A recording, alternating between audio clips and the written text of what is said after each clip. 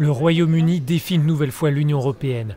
Par la voix de son ministre en charge du Brexit, Londres menace de quitter le protocole sur l'Irlande du Nord si le texte ne fait pas l'objet de changements significatifs. À travers ce document, juridiquement contraignant, le territoire britannique d'Irlande du Nord fait toujours partie du marché unique.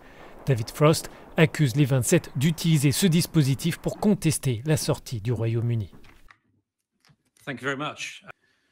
Il y a un sentiment répandu sur le fait que l'Union a tenté d'utiliser l'Irlande du Nord pour encourager les forces politiques britanniques à renverser le résultat du référendum ou au moins de nous aligner le plus possible sur l'Union. De plus, le protocole représente un moment de dépassement de la part de l'Union lorsque les mains du Royaume-Uni étaient liées lors des négociations. Il ne peut donc pas raisonnablement se poursuivre sous sa forme actuelle. Les institutions européennes répondent que le Royaume-Uni est de mauvaise foi puisqu'il n'applique pas dans son entièreté le protocole nord-irlandais. David Frost, qui a négocié pour Londres, assure que le gouvernement n'était pas d'accord sur certains points, mais qu'il l'a tout de même signé.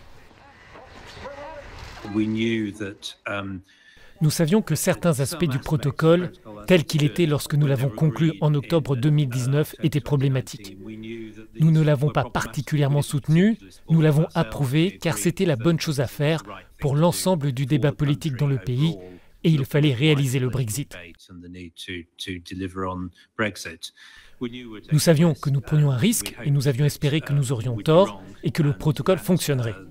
Il s'avère que nous avions raison et qu'il s'agissait de propositions risquées.